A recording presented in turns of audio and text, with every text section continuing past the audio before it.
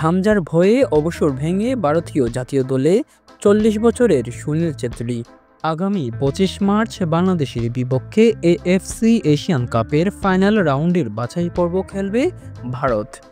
ওই ম্যাচে বাংলাদেশের জাতীয় দলের যা স্মৃতি অভিষেক হতে যাচ্ছে প্রিমিয়ার লিগে খেলা মিডফিল্ডার হামজা চৌধুরীর। হামজা খেললে লাল সবুজের শক্তি অনেকটাই বেড়ে যাবে, কারণ বর্তমান দক্ষিণ এশিয়ার সেরা ফুটবলার হামজা চৌধুরী।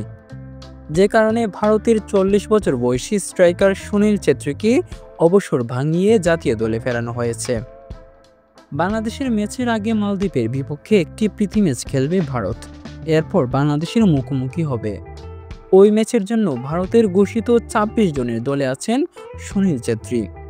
সুনীল ছেত্রী গত বছরের জুনে আন্তর্জাতিক ফুটবল থেকে বিদায়ের ঘোষণা দিয়েছিলেন। ভারতের হয়ে ৯৪টি গোল করেছেন। ভারতীয় ফুটবল ফেডারেশন জানিয়েছেন, বাংলাদেশের বিপক্ষে এএফসি এশিয়ান কাপের বাছাই পর্বের ম্যাচটি তাদের জন্য খুবই গুরুত্বপূর্ণ, যে কারণে সুনীল ছেত্রীকে দলে ফেরানো হয়েছে। ফেডারেশন সামাজিক যোগাযোগ মাধ্যমে এক পোস্টে লিখেছে, এশিয়ান কাপের বাছাই পর্ব আমাদের জন্য খুবই গুরুত্বপূর্ণ। টুর্নামেন্টের গুরুত্ব বিবেচনা করে এবং ওই টুর্নামেন্টের যেতে যেসব ম্যাচ খেলতে হবে তা বিবেচনা করে সুনীল ছেত্রীর সঙ্গে যোগাযোগ করা হয়।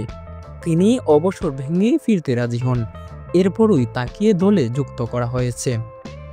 ভারত ম্যাচের জন্য বাংলাদেশের এবারে দলটা শক্তিশালী মনে হচ্ছে। অভিজ্ঞ জামাল ভুঁইয়া দলে আছেন, হামজার সঙ্গে আছেন আরও ২ প্রবাসী তারেক কাজী ও ইতালি লিগে খেলা ফাহমেদুল। রাকিব মুরসালিনরা তাদের সঙ্গে সমন্বয় করে খেলতে পারলেই হাড্ডাহাড্ডি লড়াই দেখা যেতে পারে ভারত বাংলাদেশ ম্যাচে।